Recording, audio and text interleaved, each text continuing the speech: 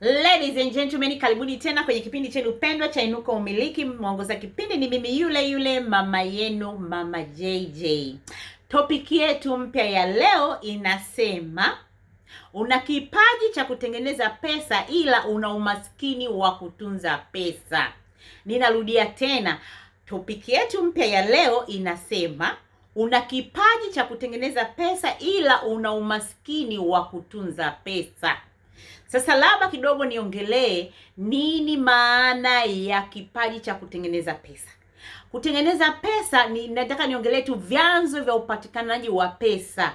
Vyanzo vyake vinaweza vikawa kazi ulionayo ulioajiriwa, biashara ulionayo, uwekezaji uliowekeza, utaaluma ulionayo wewe, utaaluma like skills ulizonazo. Kuna mwingine tu skills zake, umeona, hizo ndio vyanzo vya kuingizia pesa. Lakini hii haimaanishi kwamba hakuna vyanzo vingine.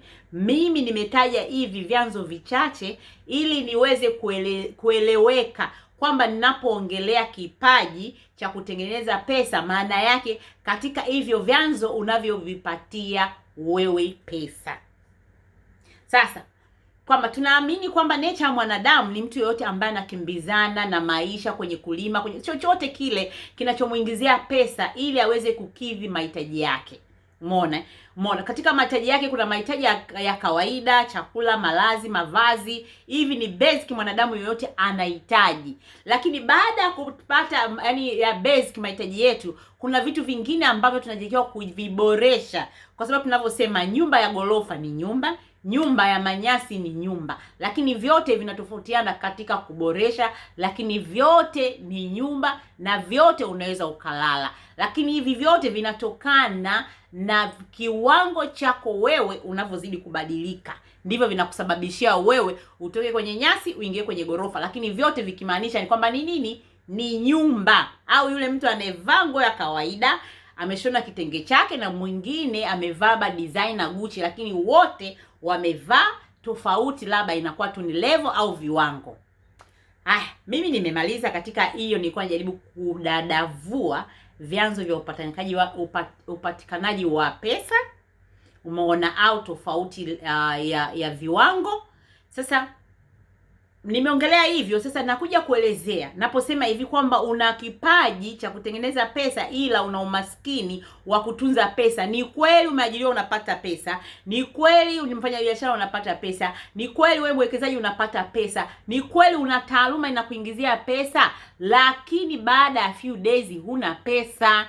Kwa sababu kuna watu wanapata pesa kila siku, mtu anaingiza pesa, na kuna mwingine anaingiza pesa kila wiki, kuna mwingine anaingiza pesa kila mwezi. Lakini hawa wote wanaoingiza pesa, waulize baada ya few days baada ya kupata ile pesa, waulize naomba hata kiasi fulani, mtu anakuwa hana. Na sio lazima umuulize, hata yeye mwenyewe anakuwa na shida na pesa, mpaka unajiuliza huyu alishika pesa.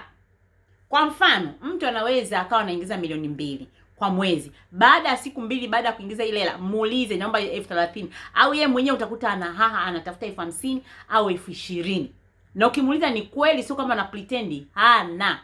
Sasa hii yote inaonyesha kwamba kuna umaskini wa kutunza pesa. Na huu umaskini wa kutunza pesa baadaye unaingilia kabisa katika umaskini. Sio maskini wote mnaowaona hawajai kushika hela, hapana. Kuna maskini wengine walishashikaga hela, lakini kutokana na umaskini wa kutotunza pesa ndio ikawapelekea katika ile hali ya umaskini.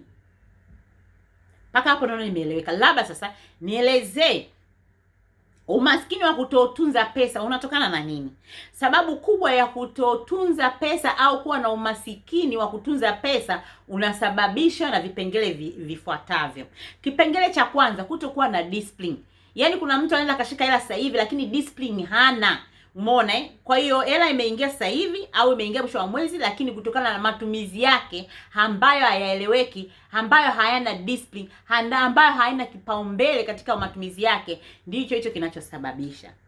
Namba 2, inakuza ukosekanaji wa elimu. Naposema elimu maana yake ni nini? Elimu ni kitu chochote, maarifa mnaoyapata wakati huo wa unataka kufanya jambo fulani. Kwa mfano, sasa hivi kuna elimu tu zinapatikana kwenye hizi social media. Ukiingia Instagram, utakutana na watu wanaongelea utunzaji wa pesa, banki zinaongelea, umeona eh? Kwa hiyo utakuta sasa hivi sio lazima uende shule au banki yako ulionayo au watu waliokuzunguka, nategemea na watu waliokuzunguka wewe. Umeona? Tuna makabila mengine mbona yanajulikana kwamba bwana usicheze na ile ile kabila. Bora ucheze na roho yake, lakini sio pesa. Hiyo yote ni discipline inajaribu kuonyesha. Umeona? Kwa hiyo nimeongelea swala la kwanza discipline, alafu la pili nimeongelea elimu, la tatu utakuta kuna watu ambao hawana hekima ya maono yao. Kwa sababu ukiwa na hekima ya maono yako itakusababishia wewe uweze kutunza hizo pesa zako, ufikie yale maono ulionayo. Kwa mfano, mtu anafanya biashara yake, anajua bwana nikimfanya hii biashara nataka na mpango na ramani yangu, nataka nijenge vyumba 5. Na anaona ile gharama ya nyumba, msingi mpaka nyumba iende juu, anajua ile gharama. Kwa hiyo unakuta ana discipline. Ndio maana utakuta kuna mtu mwingine anakuambia mimi nimejenga lakini nilikuwa nakula miogo tu, au mimi nimejenga nilikuwa nashindia kitu fulani, au mimi nimejenga yani nilikuwa siingii dukani, mimi nguo zangu nilimtumba. Ni hiyo hekima ya maono yake aweze kuyafikia. Sasa kuna mwingine anaingiza yeye hana maono yoyote wala hana wazo lolote, anataka kuwa nani. Umeona? Kwa sababu mimi ni mtu ambaye siamini hela kubwa wala hela ndogo. Sababu utakuta kuna mtu ana hela kubwa lakini hana cha msingi, hana cha maana. Na utakuta kuna mtu ana hela ndogo tu ameweza kufanya mambo mengi ya maana. Kwa hiyo mimi naamini discipline ya hicho kitu unachokiingiza ndicho kitachokuinua, wala sio kupata hela kubwa sana. Kwa ulize, kuna watu wameuza majumba ya urithi milioni 200, milioni 300, leo wako kijiweni. Hata 10,000 hawana, kama wewe unaamini kwenye hela kubwa. Na kuna mtu anapika chapati zake, anasomesha watoto wake, amejijengea kijumba chake na maisha yanaendelea, na benki inamwamini hata kumkopesha. Umeona? Sasa mimi ndio hiyo katika msingi ambao najaribu kuuweka. Siaminiki kwenye hela kubwa wala kwenye hela ndogo. Ninachoamini kwenye discipline ya pesa, 1, kwenye elimu ya pesa ulionayo, number 2, kingine number 3, kwamba kuwa na matumizi muhimu. Kuna matumizi mengine hayana umuhimu. Namba ndio mfano tu sisi kwa akina mama. Akina mama unaweza kukuta kwa masherehe, kila siku wewe una masherehe na yote sio yana muhimu sana. Sio shoga yangu yule, sio nani, yani hivyo tu. Kuna mwingine hata bibi harusi umjui, lakini una heka kila siku, sale kila siku, mabadiliko. Na sisi wanawake tunapenda kubadilisha kuanzia juu mpaka chini. Umeona? Kwa hiyo unajikuta una matumizi ambayo sio ya muhimu sana. Muda mwingine tuna matumizi ambayo ya kujionyesha kwa watu kwamba me am fine, me am a slay queen, mimi ni tajiri, just to prove people why. Ndani tunateketea. Umeelewa? Sasa hayo ni matumizi ambayo sio ya kawaida, sio ya kipaumbele au ya muhimu sana. Au kuna muda mwingine tuna hang up na friends ambao wako kwenye level kubwa, au katika maisha yao they wanna show them they are good. Kwa hiyo unajikuta na sisi wenyewe tunaingia katika hayo magrupu yana tu force na sisi tuonekane kwamba we are up, na wakati bado hatujajitengeneza. Umeona?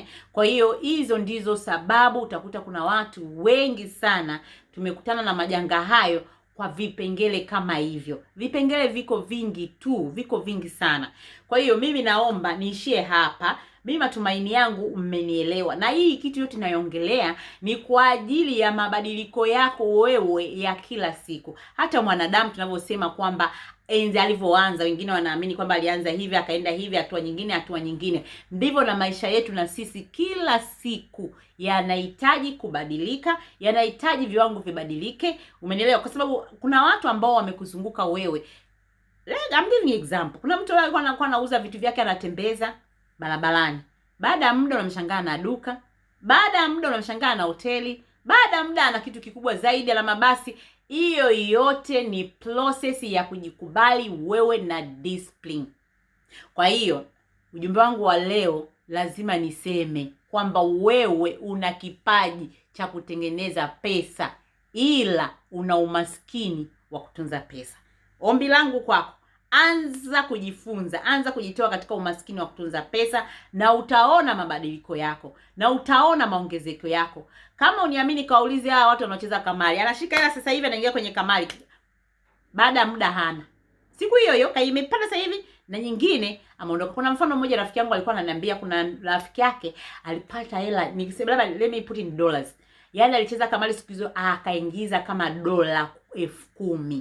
Yaani anatoka nje tu akamwambia rafiki kama turudi tena, tukacheze tena. Zikaliwa zote. Umeelewa? I'm not trying to encourage watu ndio kwenye kamari, najaribu kuongelea tu katika ile tamaa za maisha kutokuwa na discipline. Kuna vitu vingi vinatusababishia distraction, ni nyingi sana zinasababisha sisi tusitunze pesa. Sasa ukishaanza kupata kujua kutunza pesa, haijalishi ni biashara gani unafanya, haijalishi ni kazi gani ndogo unafanya, utashangaa mabadiliko